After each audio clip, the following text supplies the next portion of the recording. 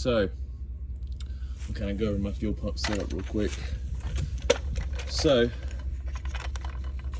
let's let it sit right there. So I'm got my factory one out, I've got the new one in. So this is going to be the feed from the pump to the fuel rails. Then it's going to return. It's going to go into this Radium Engineering Venturi jet pump. The return flow is going to create a vacuum.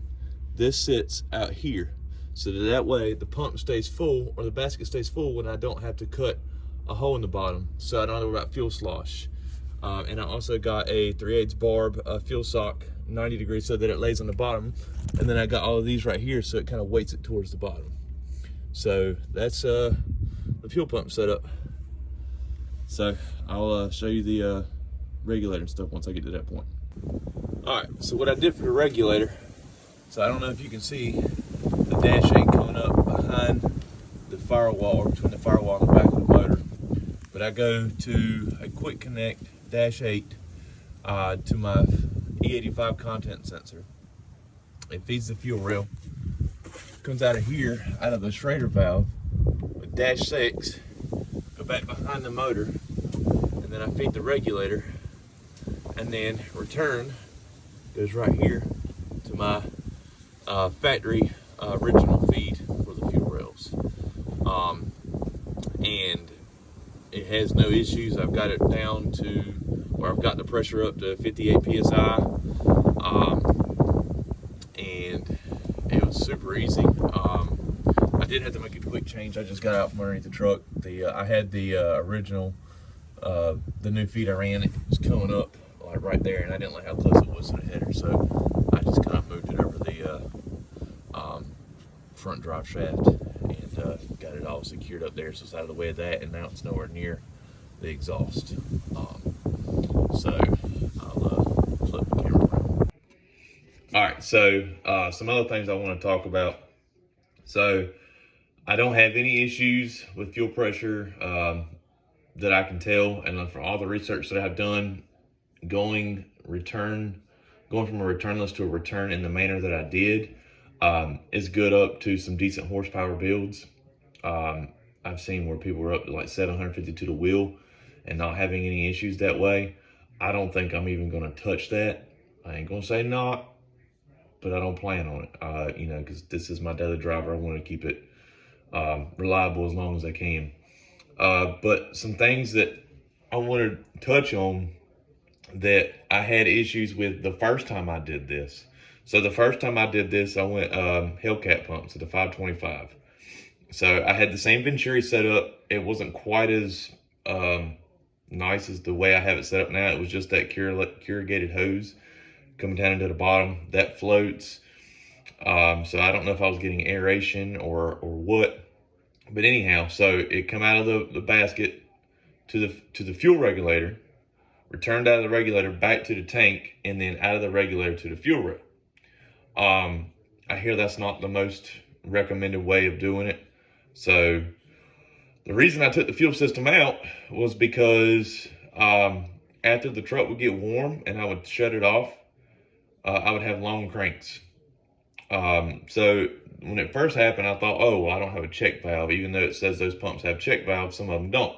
So I put a check valve, and overnight on a cold, complete start, I stopped having the long starts the first start of the day. It would fire up immediately. But once the truck got warm, I'm assuming I was vapor locking, or whatever you want to call it. Basically, fuel was vaporizing out of the fuel rails, and it was causing long starts. So let's say I drove it for like 30 minutes and then let it sit for about 10 minutes. It would, sometimes I'd have to turn the key off, and then on that second cycle, it would fire back up. Now, with the E78 ECM, there's no priming settings in the controller that I can alter to change any of that. So I know it's not tune related, and especially I didn't change anything that would have anything to do with that. So I got frustrated, took the fuel system out, put my factory fuel system back in, and so this couple weeks ago, it got real cold here consistently for weeks, And if it dropped down below 28 degrees, my truck would not start. And I figured at first that it was because I keep E85 in it most of the time and it sits a lot, so that there was moisture in the fuel at rails or fuel lines and it was freezing. But after putting all kinds of heat, the fuel treatment in and stuff like that, I'm pretty sure the pump was bad. And when I took it out, the fuel socket, it was just as black as it could be. So I was like, well, but no, no time like the present. Went ahead, put the Walbro 450 in, made my Venturi setup more robust, put it in, ran, my fuel lines, got everything hooked up, as you see. Now I don't have the long start issue. So that's great. I don't know. I'm not sure if I had a bad pump, or I'm not sure what was causing that, but it's not happening now. So, and the way my fuel setup is, so it goes from the feed of the pump to a one-way check valve to a fuel filter, out of the fuel filter to the Dash 8 Quick Connect, through the E85 content sensor, out of the fuel rail to the regulator, out of the regulator back to the tank, to the Venturi, into the bucket. So I don't know if I just had a bad connect. I don't know what was causing it, but it's not happening now.